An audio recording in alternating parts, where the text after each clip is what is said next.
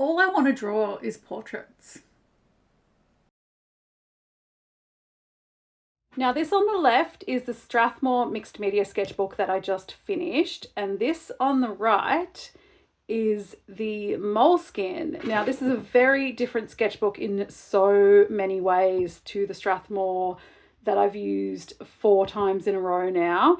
And there's just something about this little Moleskine sketchbook that really spoke to me. So it was on sale, so I grabbed it, and it is different in almost every way to the Strathmore mixed media that I have been using. This is a hardcover. It is a lot smaller. It is also smooth paper that's 165 GSM compared to the textured 100% cotton paper of the Strathmore mixed media. But there's just something about this one. I had to get it. There's something that it really spoke to me and inspired me, and I've never really felt that way about a sketchbook before. And this may sound kind of crazy, but there is something about this sketchbook that really spoke to me and told me that it just wanted to be a sketchbook full of portraits. Now, I do have a self-portrait sketchbook. I'm on my second self-portrait sketchbook, so that's like purely portraits, but that's a whole different thing because that's like a visual diary. But this one, I'd sort of been thinking about the 100 Heads challenge, and I've done that 2 times, and I was thinking about how I wanted to attempt it again, but not with a pre-selected set of references or a time limit. I just want to do a collection of portraits. I absolutely love doing portraits, and so I just felt like this is going to be the sketchbook for that. It is going to be my version of the 100 Heads challenge, but it'll be however many heads fit into this sketchbook, and it won't be timed. It'll just be done whenever it's done, but it's just going to be a portrait on every single page. And I would love to know your thoughts about this. If you've been here for a while, you'll know that I'm quite active politically, plus I'm also managing chronic illness and a lot of health issues with working and all of that, and life's been pretty stressful, especially the last 18 months. So I just wanted to have a place where I can just do something that I love on every single page.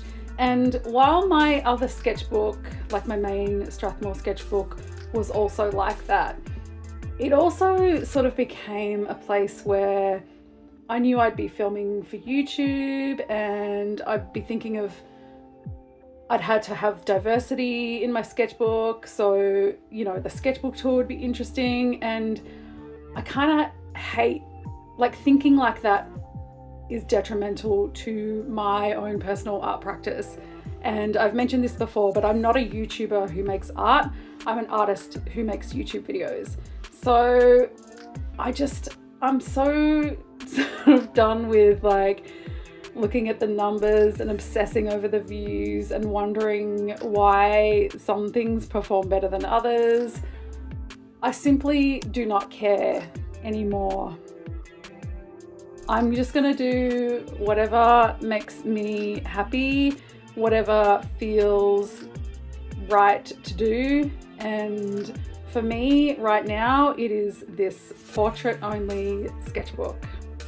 Now you may be wondering who this stunning, colourful woman is. This is Mandy from the film Mandy, which was directed by Italian-Canadian filmmaker Panos Cosmatos, and this was released in 2018. Mandy is an incredible psychedelic horror film about grieving, about the all-consuming grief of losing someone you love, and it was written and directed by Panos as a response to his anger at losing his parents, and as someone who has also had a lot of unresolved feelings regarding my own father's death, I recognized it instantly, and it really resonated with moments of this movie. And issue 19 of my monthly zine Stung is all about this incredible movie. I feel like acrylic markers are a real trust the process art supply, but I love that I get such a really strong graphic style just with the block colors. So yeah, that's just where we're at for now, just with the markers. So now I'm going to finish it off with some pencil, fine liner, and a white gel pen to do the highlights. So let's finish off our beautiful Mandy. Mandy is such a visually stunning film, as well as being quite disturbing. The horror is inescapable because the sound and color are suffocating.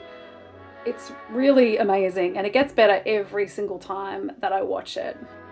So the zine this month is going to be a bunch of artwork that I made inspired by the film, and my critiques and my thoughts and my personal reflections on what the movie means to me.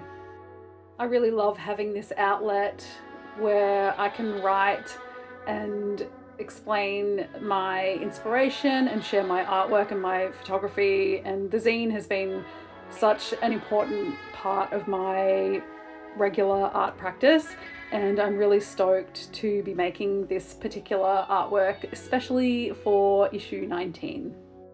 So as you saw, I used the Artex acrylic paint markers to lay down the first layer of color. Then I went in with colored pencil just to add a little bit more texture and dimension. Mandy has a scar on her face, so I used this shimmery gel pen to draw that on her face before I added in some white highlights. I've always liked using unusual colors in my portraits, but I've never done anything that's quite like this before. And I think the combination of the red and the green being complementary colors is particularly striking. There's this really beautiful scene in the movie where Mandy and her partner Red are lying in bed just talking about their favorite planets. And Mandy mentions her favorite planet is Jupiter. So I just wrote in one of her quotes from that speech, which is a storm that's been raging for 1,000 years. And this is my finished portrait of the beautiful Mandy, the first portrait in my portrait only sketchbook. I would love to know your thoughts. I love it.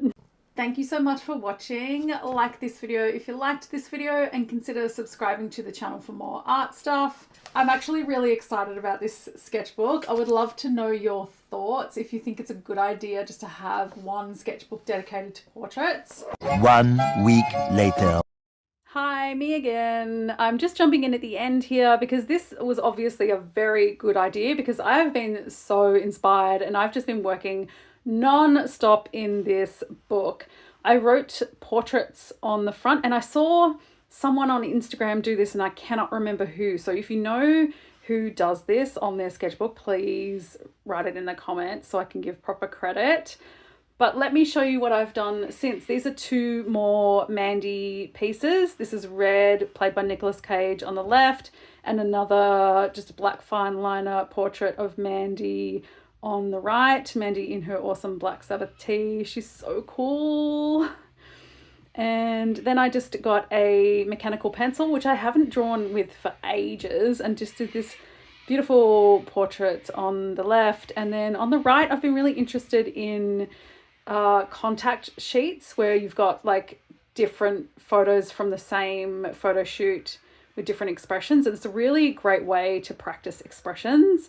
And then I just did a little spread again in my mechanical pencil on the day that Ozzy passed away, just as a little tribute to him, some little graphite portraits of him. And I'm having so much fun in this sketchbook. I definitely made the right choice just having this be portraits only, because it just feels really good to just be doing what I love with no pressure to make anything else. I think like the size of this is so perfect for like a one subject little, I don't even want to call it a challenge. Portraits are my comfort zone. I love doing them and I just want to have fun. Like I just want this sketchbook to be like a nice, safe, cozy space where I just draw things that I love drawing on every single page. Thank you for all your ongoing support. Thank you so much for watching, and I'll see you next time. Bye.